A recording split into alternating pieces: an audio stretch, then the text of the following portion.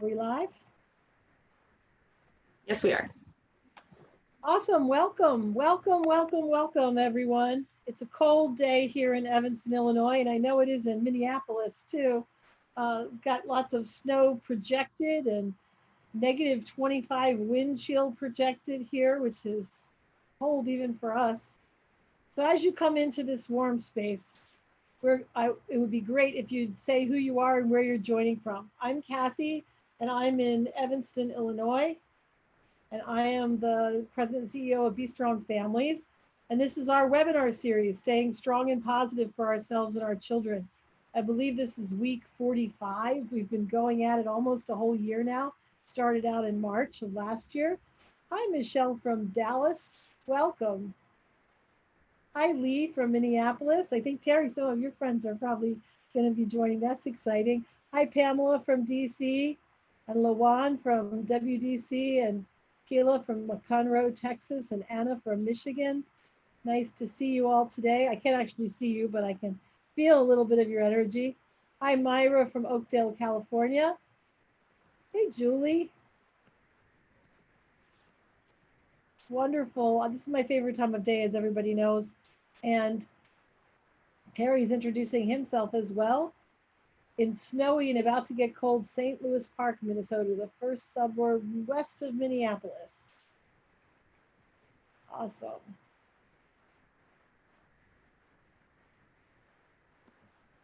Julie's loving the snow. Hi, Michelle from Western New York. And Shaylena in Minneapolis. Welcome, welcome. I don't know how many people we're expecting today. I forgot to ask Jahira before she went off screen. Jahira's here with us as usual from Be Strong Families, holding it down with our polls and with our links. So grateful to Jahira. Hi, Anna and Venetia from New Jersey, and Elda from Cleveland, Texas, and hi, Beatrice from Cicero, Illinois. And we're at 12 o'clock, so we're going to get started. Jahira, if you could advance to the next slide, please. Today, I'm here with an old friend and someone I've admired for a long time. He is the co-founder, or he's the founder, I'm the co-founder. He's a founder of the Alliance for Sustainability in Minneapolis. He's done a lot of other really interesting things, and he'll tell you a little bit more about himself. But I'm here with Terry Gips, and the topic for today is the declaration of co-creation and interdependence for a new world. And I'm just very excited about that because co-creation and interdependence are my jam. So I'm delighted that Terry's here, and he's going to be here throughout this month. We've joined the Sustainability Challenge that Inclusivity is putting out there on Facebook. And today is actually our day, February 4th, our day to challenge people with a family sustainability plan. And Terry's going to be here for the next different aspects of sustainability. So welcome, Terry. Welcome, everybody. And let's get started. There are two things to just about how we, hi, Rita, aloha, and hi, Rachel, nice to see you again. There are two ways to interact here. And some of you are doing it and some of you are not. For those of you who have in the chat, you need to go to the 2 at the bottom and make sure that you selected the second option, which is to all panelists and attendees. This means when you say something or you greet or you ask a question, everybody who's participating in the webinar can see it. And that's what we prefer, although I will be reading the chat. So that's the first way, and the most prominent, the one everybody usually uses is the chat. But we also have the opportunity to raise your hand. And that's a little slower, but if you raise your hand, Jahira will unmute you, and then you'll need to unmute yourself, and then you'll be able to talk. So that's how to engage. And the next thing is just in recognition and that this is a safe space that we're co-creating, all of us. We have agreements, and our 3 agreements here: speak from your own experience, use I statements, treat other people the way you want to be treated, and no multitasking. Just be here with us now. If you can agree to these agreements, please do like some of our regulars are doing, and just type I agree into the chat. This is the warm up. This is the warm up for conversation and interaction. And make sure you're directing it to all panelists and attendees. Even if you think you did already, please check that, especially David and Keela and Anna. Just check that and make sure that you have all panelists and attendees. And Shailena.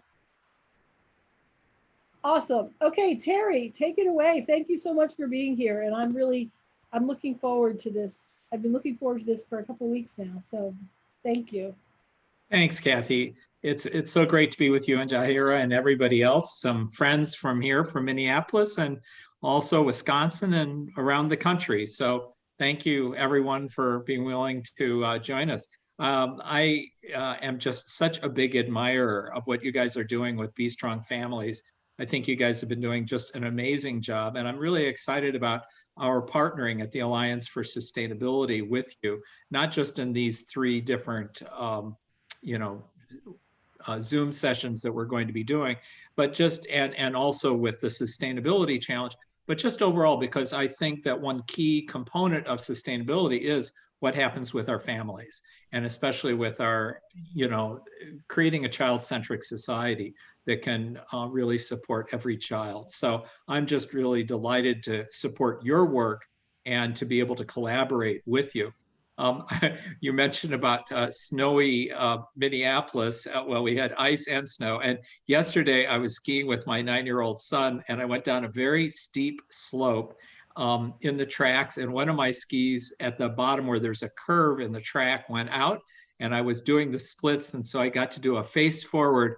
So I hit my head on I had my sunglasses on. So I hope you don't mind the scar face. Don't be too scared, but that's the joy of sometimes of downhill, of cross country or Nordic skiing.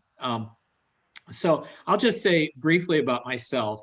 I so appreciate being able to be with a group that really gets the significance of people's own personal growth and evolution, and really is supporting people in that journey. And I have felt very fortunate in my life to have had lots of opportunities for that kind of personal growth. So I can attest to its significance. And I'm still on that path. And that's why I like coming to the different workshops that you offer, and learning and seeing everything that you're doing, because I think it's so badly needed in these times, especially to have such a positive vision. And I have felt that way from my participation. So I really appreciate that. And I'll just say that at the Alliance for Sustainability, that's been a key part of what we are about as well. And I will, a friend of mine, Ruben, just wrote it, hey, Al Pacino has nothing on you, Terry. So Scarface. Ruben always makes me laugh. He's also one of the great photographers that there are anywhere. But I just so think that we need to be positive, and we need to have a vision of what we want to create. And that's why I feel we're such kindred spirits between Be Strong Families and the Alliance for Sustainability. What is the world that we really want to live in and we create? And when we talk about sustainability, and I'll ask a poll question in just a moment about that, we're really very comprehensive and integrative and holistic in our understanding. And I'll share more about what that is. And the other thing I'll just say about myself is that over the last 40 years, I've worked in the public and the private and the nonprofit sectors to really help bring about sustainability. And I feel very, very privileged, and to be able to do work that I'm passionate about, that I really care about, that I feel makes a difference, and I think is going to create a healthy future for our children and their children into the future. So I'm about to turn 70 years old, but I feel much younger than that. And I think it's because I am inspired, and I do feel hopeful about what we're doing. So what I'm hoping we can do today is really take a look at what the Alliance for Sustainability has come up with, which we call our Declaration of Co-Creation and Interdependence. And it's really a response that we had as you know, here in Minneapolis, we had to, you know, deal with the whole murder of George Floyd. And what did that mean in our lives? Amidst dealing with COVID, amidst climate change, amidst a president and policies that were really a challenge on so many different levels to us bringing about sustainability. And we really decided, we're almost 40 years old as an organization. We were founded in 1983. And we really felt we needed to relook at everything that we were doing. We have been working with cities to create resilient cities and communities, which is really important work. But we have just recently decided to spin that off as an independent nonprofit, which is a great group. We've been working with 60 different cities. And we wanted to go back to our roots and really look at how can we make a difference in the world. And our mission has been to bring about sustainability on a personal, organizational, and planetary level.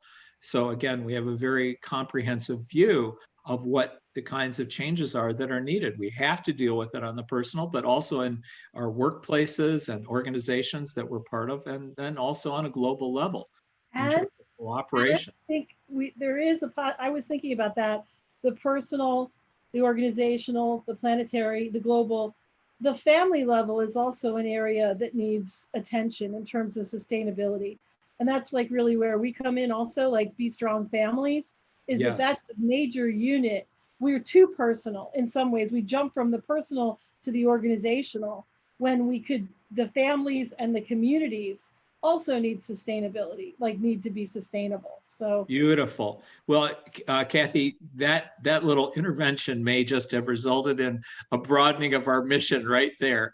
So thank you very much. I've always sort of felt that the personal implied that, but I think you're right that we probably need to be more explicit, you know, in terms of communities and families. Oh, sorry. It came also from yesterday when we were asked to do like a family sustainability plan. And I was Googling around to look at family sustainability. And I'm saying this for the audience as well as for you, which is there's a bridge between family sustainability and family development. And a lot of people on the call are involved in family development or family support in one way or another. And the family sustainability really has to do with relationships between the family, you know, between family members. It has to do with the economic viability of the family, so the financial vitality of the family. And it has to do with the environmental vitality, like how do our households, how do our families contribute to a more sustainable world? And how do our personal environments, you know, contribute to our sustainability as a family? So I think that I learned a lot of this. I've been learning a lot of this as I was thinking, like sustainability may start in the environmental world or maybe more common concept in the environmental world, but how do we bridge it with the family strengthening people? And I think that's the opportunity for you and me, or for the Alliance and for Be Strong Families, you know? Well, I love that. And Katthe, I'm getting chills down my spine as you say that, because what we are about is co-creation. Mm-hmm. We believe that that's what we need to do. So I could almost cry with what you just said, because it was you that actually reached out to us. I mean, I shared with you about this sustainability challenge that we were undertaking, but you took the initiative and signed up and participated. And then it's great that in that you realized this sort of gap that was there, and that we as an organization really need to take on. And that's exactly this process that we're going to be doing today, because it's exactly that kind of perspective that, you know, sometimes we get too into our own little, you know, whatever tower or whatever, you know, and we don't think. And that's been a very important point. And maybe you can read what Dave just said. I often feel that sometimes people focus on the welfare of their family members to the extent that it becomes selfish, and the exclusion of immigrants and people who don't share the same religion, skin culture, or cultural heritage of their family. And I think both can be true, David. You know, in terms of Be Strong Families, there's a lot of there's also a lot of a necessity of caring about and building communities and of building families, strong families. Um, so I think both are true at the same time, that Yes. that we need to, that families are really struggling right now. And a lot of the families who are struggling are immigrants. They have families too. So we have to be concerned about their families. But if they're struggling to keep their families fed, then that's a they're concerned about the sustainability of their family unit, and if their kids are getting disproportionately shot, they're also concerned in a very real way about the viability, the vitality, the sustainability of their families and of their children. So I think, yeah, and to me, I come at this like in terms of the personal. Sometimes we as a society are really individually focused, and we forget how important it is to have all of our to be together, to be together and have a collective lens. So Yeah, I love that, and so I really appreciate that, David, and Katthe and Dave has been really one of the great leaders in our community and also at the national level, really working for basic rights for people. So I particularly appreciate that, and I think both of you have sort of underscored why I wanted to do this session, because this is sort of our coming out as the Alliance in this new way with this declaration. And this is exactly the kind of dialogue that I'm hoping that we can have today to hear people's ideas and thoughts, because we want to bring together as many people as possible to share a common vision about what it is that we're trying to create. So please keep your comments and ideas and questions coming. And I think now might be a really good time to have our first poll, just to get right into it, because I sure. think there's sort of an important question. So if you How many can just people answer that. are familiar with the concept of sustainability? And no is a fine answer. I mean, because that's what we're doing a little preface that this is, maybe a new concept for people. It may not be the language that they're used to. Um, they might be familiar with staying alive or survival versus thriving, or they may be familiar with other things that are related. But have you heard about, or are you familiar with the concept of sustainability? And then Jahira, what do we have? Can we see the poll results? Yes, 72%, no, 28%. And Good. of the that's of the 25 people who voted. We have 52 people on Okay. the webinar. So again, we encourage your participation. I understand that sometimes people don't see the poll or can't access the poll, but if Yeah. you can, Terry's got 7 polls coming. So, and I should have said that as one of our interactive pieces this time. So please answer. Yeah, it's just helpful to know, especially in this one, because it's just helpful for me to know, because I want to talk then briefly for the 28% or more who may not be familiar, what is sustainability?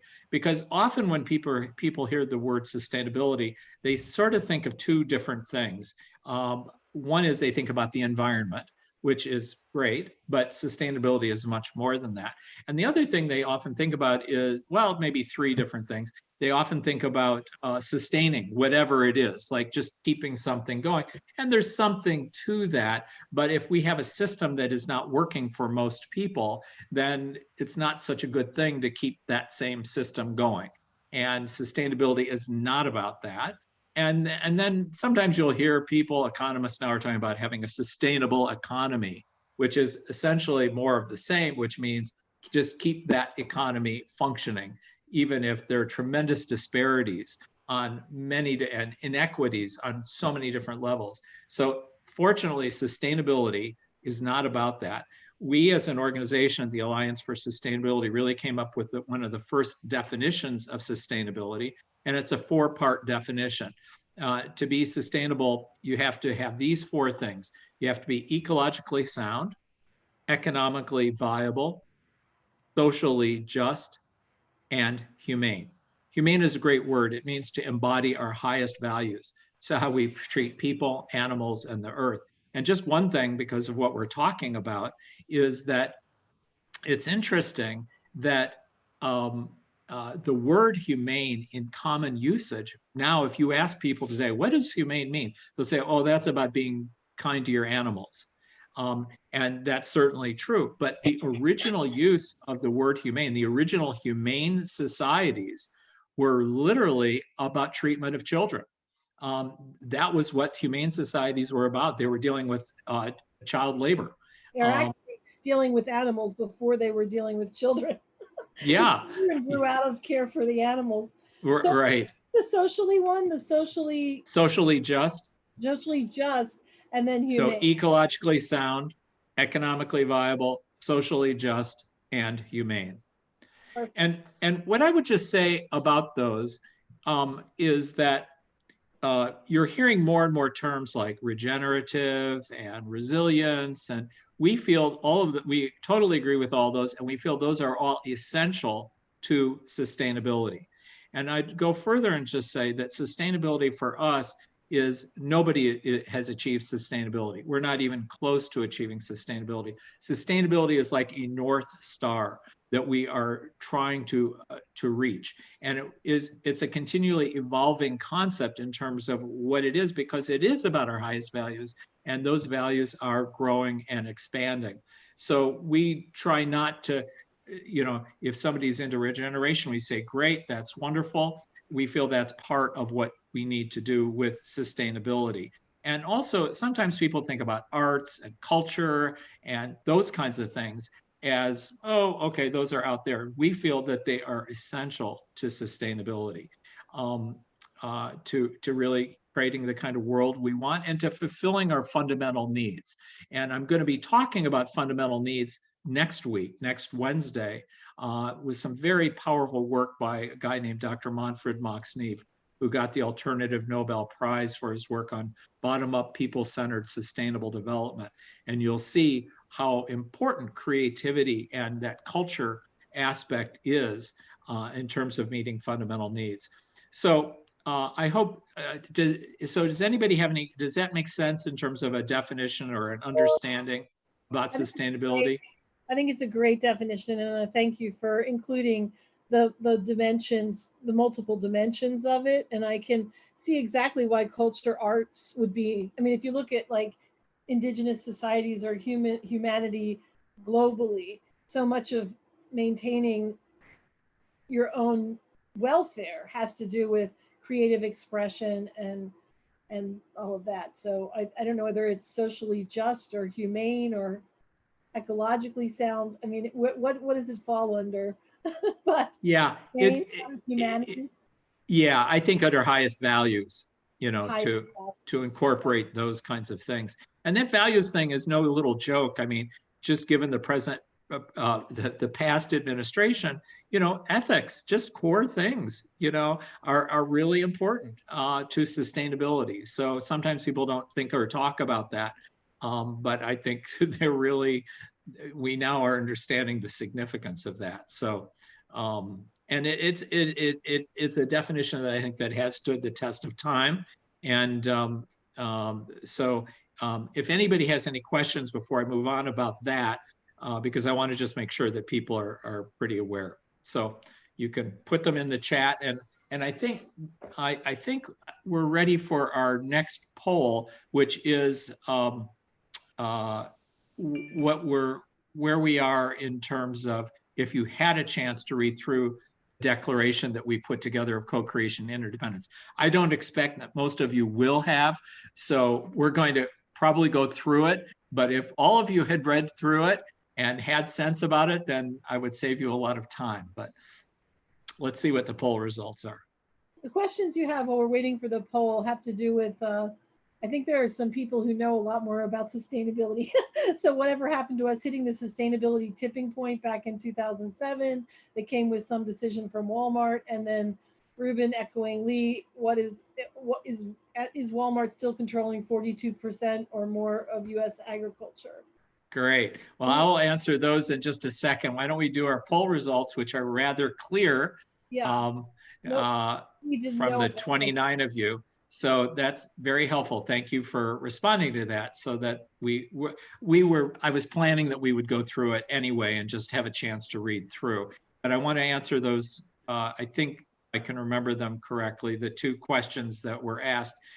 I felt in whatever year it was, 2007, when Walmart really first made its commitments to sustainability and started having standards to address it, that it would be a tipping point, and I believe it actually was. I think that Walmart has actually, while it doesn't meet all of the different criteria that we believe are essential for true sustainability, we feel that the fact that Walmart undertook this, the largest dairy seller in the world, and sustainably harvested fish, and I mean, just so many things. They are so dominant and so powerful. What they've done on carbon reduction is astounding in terms of packaging and shipping and all kinds of things. Not holding them up as the model company. I'm just saying that, in fact, Walmart has driven fundamental change so that companies like here in Minnesota, Target, was forced to change their policies and forced to shift to sustainability because they were losing market share to Walmart. And that's what's happened to other companies as well, so that all the major retailers now have some focus on sustainability. Not enough, but at least there's now something that did not exist before. And I really think that Walmart had a lot to do with that change. And then I don't remember your second question, Kath, or that somebody asked. Ruben asked if they're still controlling 42% or more of U.S. agriculture. I don't know. That's a great question, Ruben. And I'm just not sure to what extent they are or are not in terms of control, but certainly they are major consumers for American agriculture. And as they start having more standards, I mean, I shop at Costco, and I think that is a very good model for what many companies are doing. I do co-ops and Costco, and I do Whole Foods too. All of the co-ops, Whole Foods, Costco, made a very serious commitment to sustainability, purchasing organic. And they're changing the market and creating a market for farmers to convert to organic agriculture. It's really inspiring to see that kind of change. I'm less familiar with where Walmart is, but I think that they've also been a real market leader in bringing about that change. It used to be that organic was making up 2%, and it's growing really rapidly because of these kinds of changes. Julie said that's amazing to hear about Walmart and the impact on their competitors.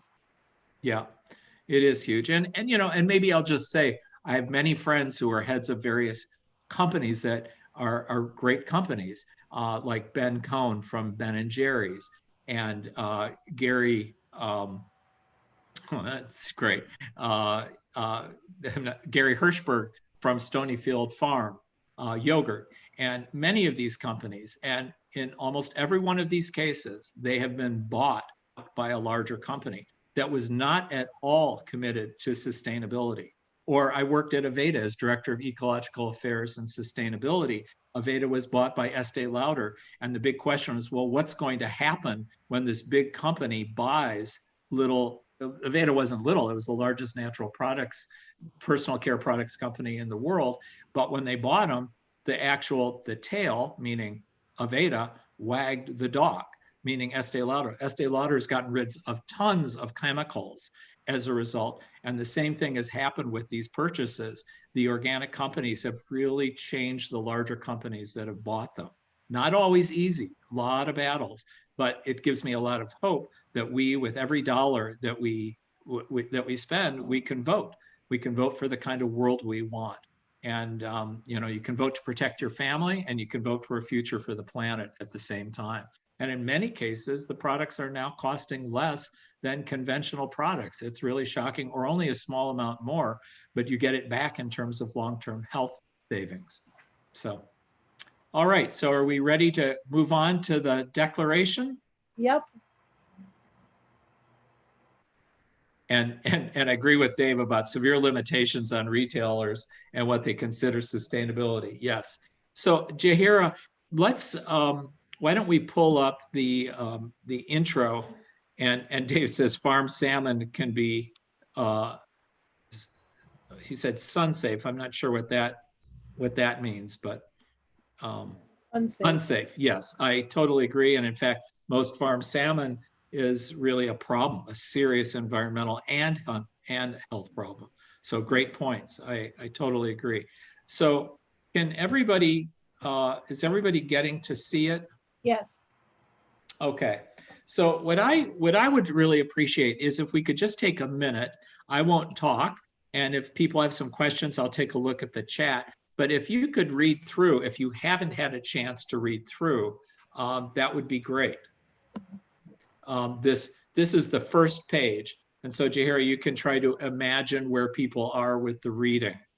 And I think we'll let them read through the first page, sort of the welcome and invitation, so they can see what they think. Oh my gosh, you're talking about fractals. I missed that one. I said, oh my gosh, you're talking about fractals. I'm doing my dissertation on a fractal epistemology. I saw that. Apologies. I don't want to get people confused, but I've been meaning to talk with you about that because I was just reading what you were up to, and like the book is way beyond me, but you can explain it to me, Kath. I just love that. Well, yeah, some other time. We did something on fractals. On my mentor, Terry Mark-Starlow, did a webinar on fractal stuff. Cool. Yeah. Okay, so it begins with one page of inspiring quotes that have informed your thinking. No, just begins with this welcome and invitation, and then we're going to do a poll after people have read through. I know, I'm just reading the welcome. Which, sorry. Which tells you that it's going to have inspiring quotes, and it's going to have a preamble, and that further frames perspectives and understanding of sustainability. And then there's going to be a one-page declaration of co-creation and independence. Yeah. So all of that to just get to one page. And then, and also it says that you're going to require, or that you think that the needed shifts in our world are going to require new levels of co-creation and collaboration. And you want feedback. And you want signers. You want people who are willing to sign on and become a member of the Alliance, which we did. Exactly.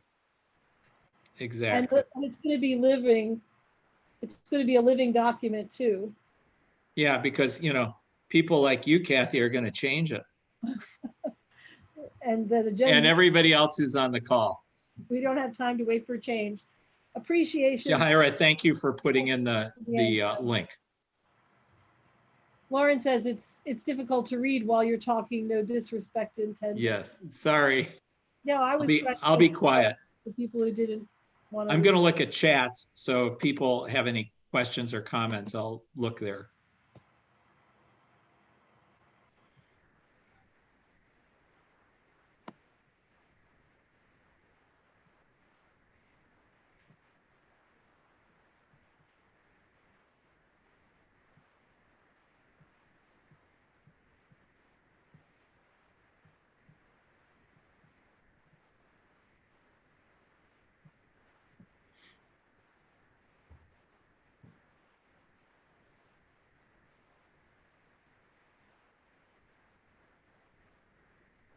And maybe, Lauren, you can let us know if you finished reading.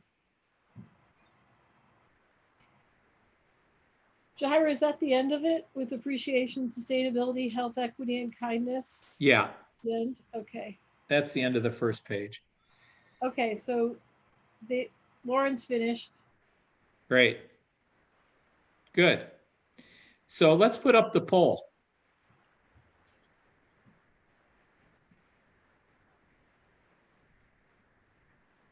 Oh, I guess we forgot to ask for those who did read it before, but this is fine.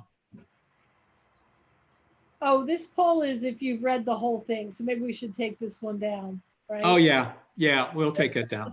Fourth one up. Yeah. Because I don't think people are going to find the introduction. Good point. Thank you. So it's just a yes or no on the welcome and invitation. And we can do poll 3 at the end if we want to about how. Yeah. So was the welcome invitation helpful in providing context? Did it introduce it well? Do you kind of know where we're going? If so, yes. If not, if you're no. Give a few seconds for everybody to vote. Please vote. We have 54 people on the call. On the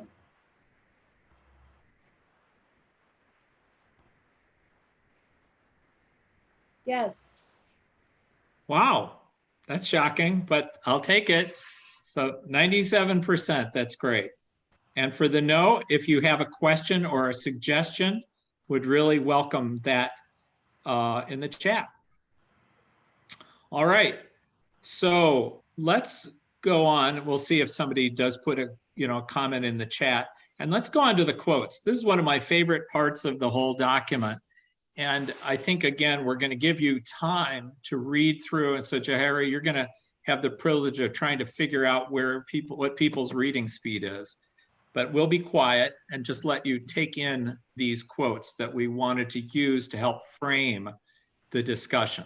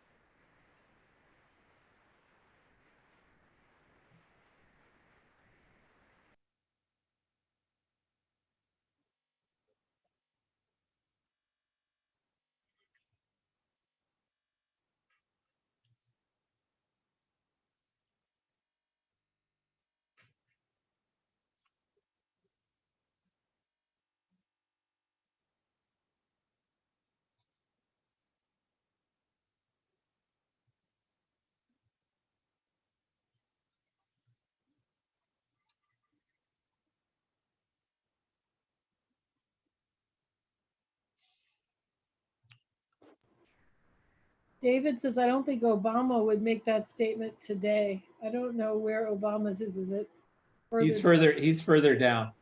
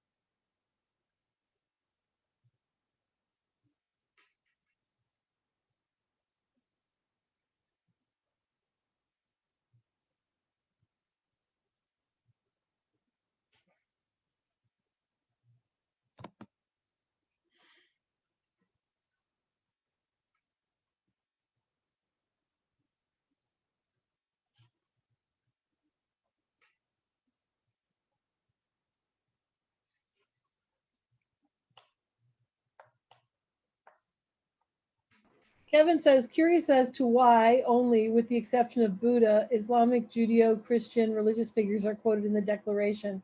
Scientists, humanists, other world thinkers. It's also Native American and indigenous are quoted, and a green belt farmer. Kevin, any great quotes you have from other people, I would love to see. Unfortunately, I had about 40 or 50 more that have affected our thinking that are in our documents, our longer documents, our green print. We've got all kinds of different perspectives. And then the question was, well, how many do you have in the declaration versus in our green print, which lays out our whole thinking? But if you have suggestions, I would love to hear them. And Tracy, if you scroll up, the link is there from Jahaira. You can, and anybody, the attachment of the link of the documents in the registration for the webinar. Oh, in the registration.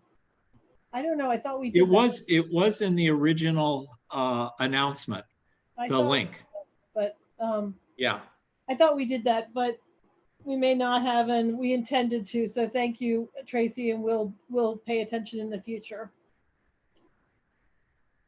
It was the intention to have, pre-reading.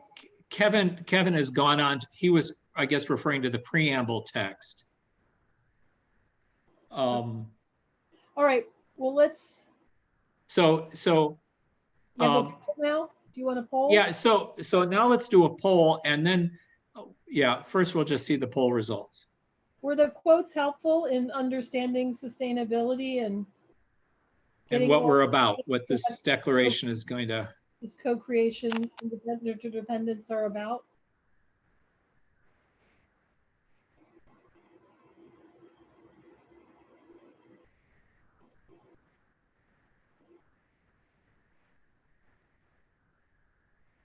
So I'll start saying this so it doesn't sound like it's defensive, whichever way the answer comes out. Really, the whole idea of the quotes was, I've never seen anybody do it before like this.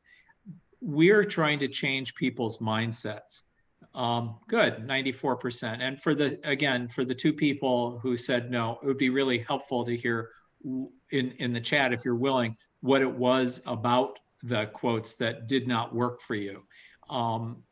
Whether it just adds stuff or the wrong quotes or any suggestions you have. Because really, we're trying to do something very, very difficult, which I think Be Strong Families is trying to do. We're trying to change our understanding of ourselves and what's possible. And we think that there are some people who have said things that are really profound. And most people have never seen all of this kind of thinking pulled together into one place. We have been trying to integrate this thinking over our 40 years of existence and trying to embody it. And there's always new thinking and new ideas. We want to embody that as well as we have new understandings, whether it's neuroscience or whatever it is. But we feel that when we first begin with our bodies and where our bodies come from and what goes on, they're so extraordinary that I think it's helpful to take a look. And then from the standpoint of an astronaut looking back on the planet, it's like we feel that perspective is also important. As well as some of these other ideas about being one people. So I think we're trying to shift everyone out of the little, sometimes small worldviews that some of us have into a much larger worldview about how connected we are. And so that we can move together to co-create the kind of world that we want. I think the emphasis, Terry, when you talk about the kind of world we want, is really important to add, because when you think about the system that exists, it does have a certain kind of interdependence, but it's an interdependence that's based on hierarchy, arguably based on hierarchy, domination, oppression of the many to benefit the few. I mean, that's one of the critiques, I think, that your sustainability works against, that the world we want to live in is one where all of us have a voice and each of us is valued and each of us can reach our full potential, and we're not being dominated, oppressed, squelched to benefit somebody else. But you can sustain the one, or you can sustain, there are many different permutations of That's well said, Kath. And the thing that I would just add to that is that one of the, COVID has been horrible, but one of the many positive things that have come out of the COVID experience is the shock that so many people have about the importance of the everyday people in their lives who do fundamental things for us, like deliver food or do sanitation workers or other people that we've almost always, I don't, but I think many people, I've been shocked, really have taken it for granted, and they haven't realized how interdependent we really are. That whole systems, if you don't have truck drivers, that the whole system just grinds to a halt. And I think we're now seeing how interdependent we are. And we're sort of, that's what we're leaning into, is this possibility that maybe we all matter. Maybe each of us plays a really important role. And even though our power or privilege or money, compensation does not seem to match that, everyone matters. And the reason we're calling it this document about co-creation is we think each of those voices matters. Even if I disagree with the voice, it's important that we understand that perspective and be inclusive of everyone. And we think that that's important both from a strategic perspective, but also because if we don't get, if there are 75 million people who don't agree with this, we're screwed. The planet is screwed. We might win. We might have a majority. We might be able to control certain things.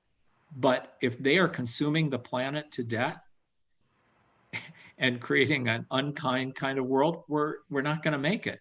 So we really have to be inclusive. David's added a link to Rethinking Schools. The pandemic is a portal. Thanks, David. I'll look forward to seeing that, because I think every institution really needs to rethink who they are and what they're about.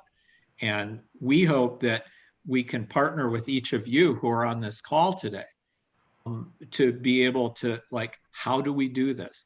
How can we bring in that sustainability perspective? How can your perspective from the work that you're doing, you know, with Be Strong Families or whatever thing that you're involved with, how can that be brought in to affect our thinking? We need to do that. And I don't hear a lot of support for that going on right now. I think there's more of it, but I think we need to do much more of that co-creating. And David says, historically, pandemics have forced humans to break with the past and imagine their world anew. And this one is no different. It's a portal, and it's a gateway between one world and the next. We can choose to walk through it, dragging the carcasses of our prejudice and hatred, our avarice, our data banks and dead ideas, our dead rivers and smoky skies behind us, or we can walk through lightly with little luggage, ready to imagine another world and ready to fight for it. That is so beautiful. I could cry right now. David, I would love to be able to use that quote if we could in some of the work that we're doing, because I think you captured this opportunity that we have, despite how horrible it is, to create the world anew and you know, imagine another world. So if you're okay with that, I would love to credit you with the quote and use it, because I think it helps explain to people, you know, because I think a lot of us are in a state of fear and confusion and overwhelm, and that's understandable and appropriate. But I think if we can see this in the way that you frame it, I think most people would want that. I think that's what we have been looking for, and we haven't had the leaders in the past that have brought that together. And I think we can. So I just want to give you a 10-minute warning. Okay, we're at that 10 minutes. So we're gonna move on. This has been fabulous. So let's go on to the preamble, if we could. And we'll be quiet again.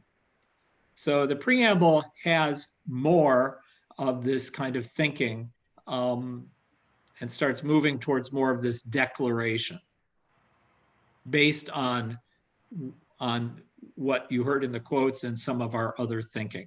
And there's a lot of big information in here. So I'll be quiet and let you absorb it.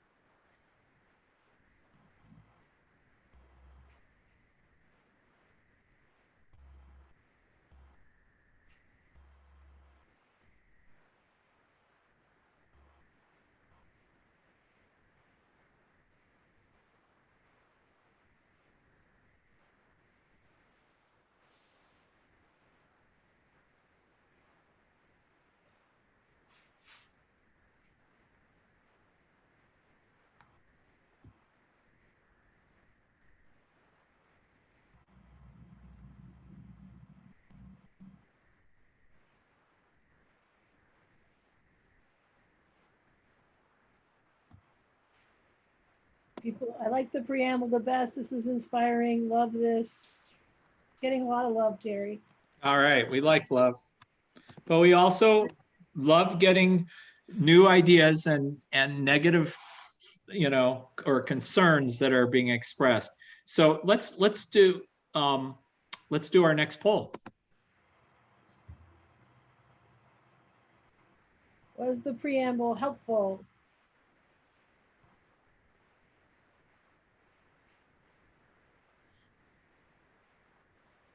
I wasn't familiar with greenwashing. What's green? Yeah, I assume it's like whitewashing. I know what whitewashing is.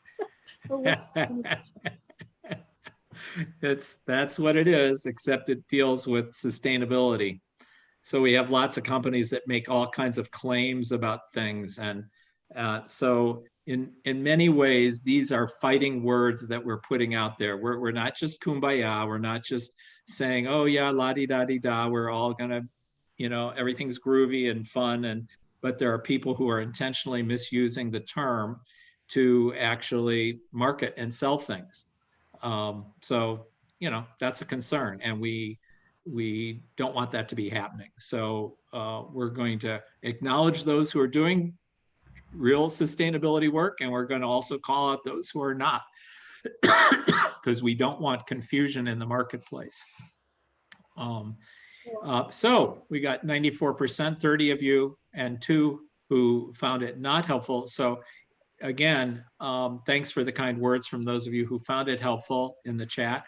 And for those 2 of you who didn't, again, would welcome any critiques, suggestions. And also we can do this offline. Maybe we can put my email in, and I'm really open, or my phone number for that matter.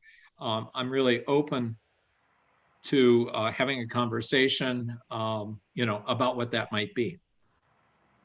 I also think it might just take time for things to sink in, because for some people it's a new concept. And so I think this happens to us all the time at Be Strong Families, where you're so used to being in your world where everybody understands the language, that you don't understand what things aren't like exactly understood, So and I realize we're down to our 3 minutes, Kath, before so I'm wondering if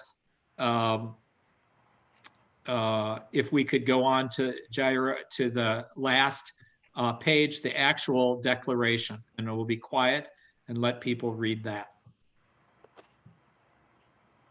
Well, why don't we read it responsively, Terry?